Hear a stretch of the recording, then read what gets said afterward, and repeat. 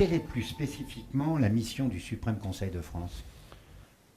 Le Suprême Conseil de France, comme tous les suprêmes conseils réguliers au monde, sont chargés de conserver, protéger, gardienner le rite écossais ancien accepté et faire en sorte que dans leur propre juridiction, eh bien, l'application de ce rite écossais ancien accepté soit faite dans la plus stricte régularité. Quels sont les critères de régularité au rite écossais ancien et accepté du Suprême Conseil de France?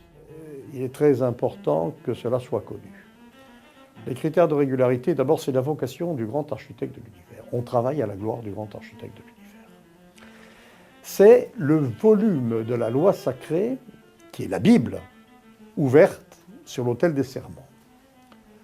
Ensuite, ce seront les textes fondateurs qui doivent être strictement respectés, ainsi d'ailleurs que les rituels.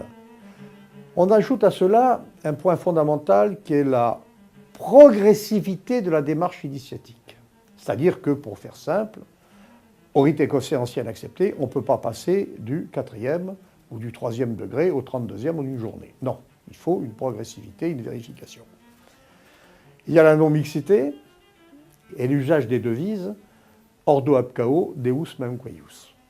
Y a-t-il de nombreux suprêmes conseils au monde qui suivent les mêmes règles de régularité? D'abord, les suprêmes conseils ne s'appliquent qu'au rite écossais ancien accepté.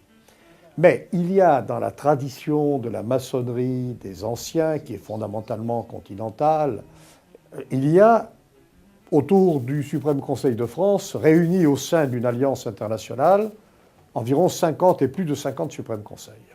Et de l'autre côté, dans la tradition anglo-saxonne, il y a d'autres suprêmes conseils qui souvent sont directement sur le même territoire en concurrence avec les nôtres, et eux sont peut-être un peu plus nombreux.